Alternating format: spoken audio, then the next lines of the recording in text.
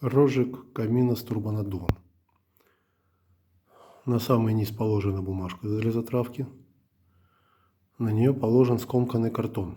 Куча ящиков есть старых, упаковочных. На него положены тонкие щепки. Кусочек доски, крохотный, чтобы схватились. И сверху колодцем уложены дрова. Потоньше снизу и потом сверху еще ряд уже таких толстых. Все укладывается так, чтобы не скатывалось к стеклу, а перевязывалось. Потом подожгли спичкой, закрыли стекло и включили наддув. Если бы его не было, уже бы из 10-метрового дымохода упал дым и все полностью погасил. Возникла бы обратная тяга. А так он выдувается.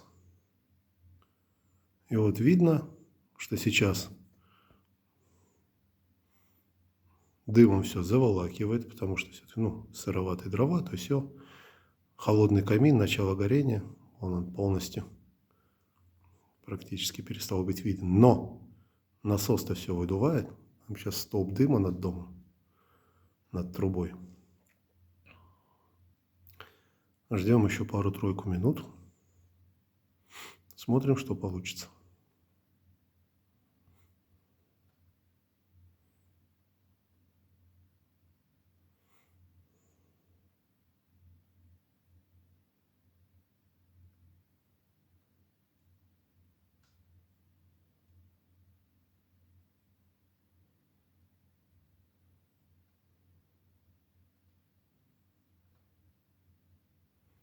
Вроде бы как все даже пропало.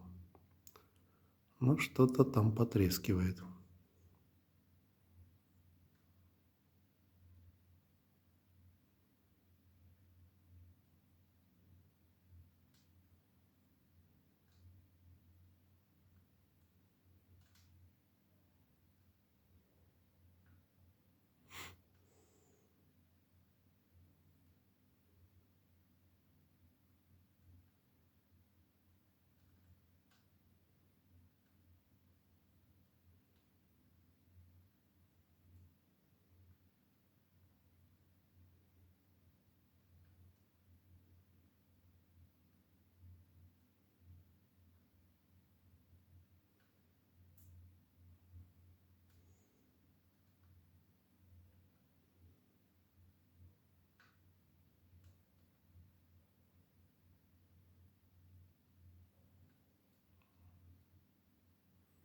Начинают быть видны поленья.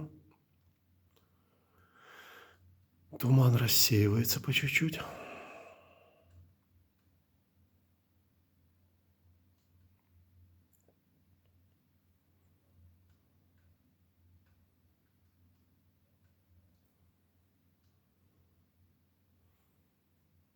Стекло чуть-чуть покрылось сразу сажей, но как только камин раскалится, оно сразу очистится и снова станет прозрачным. Вот уже становится видно лучше намного.